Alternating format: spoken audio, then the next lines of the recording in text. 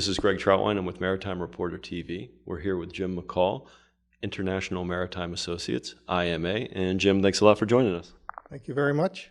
Okay. For our viewers, readers that don't know the history well, you have a unique insight and knowledge on the floating production business based on a long history studying it. Can you just give a backdrop on the report that you've produced for, and I'm going to say 20 years, but has it been 20 years yet? Yes, it's actually, we first did the first report on floating production systems. Well, the very first report that we did as a company on floating production systems was back in about 1980. Mm-hmm. But the actual writing of reports that we did on a monthly or quarterly basis started in 1996. Okay. So we've been at that for now a little over 20 years. Okay. Been at this long enough that many of the if not all of the projects that were in the planning stage when we first started have either disappeared or turned into contracts. The equipment has been operating, and some of that equipment has since been scrapped. Okay. So we've gone through the whole cycle on a lot of these projects. You've been in this market for a long time. Put in perspective, if you will, this downturn compared to other downturns that you've seen.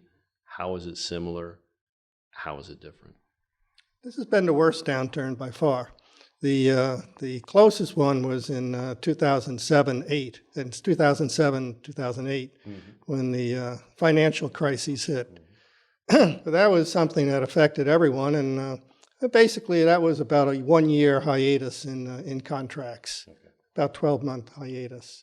So this one now has gone on for, well, a year and a half. Since the last contract, and in fact, there were only 3 contracts in 2015 altogether, none in 2016. The biggest issue, though, with this turn down is as we come out of the downturn, there are 2 uncertainties that really are very important to keep in mind. One is for the first time, really, offshore has now a competitor in the form of shale, and shale production, particularly in this country, is a major source of future energy. And until now, offshore was considered to be the frontier of oil production.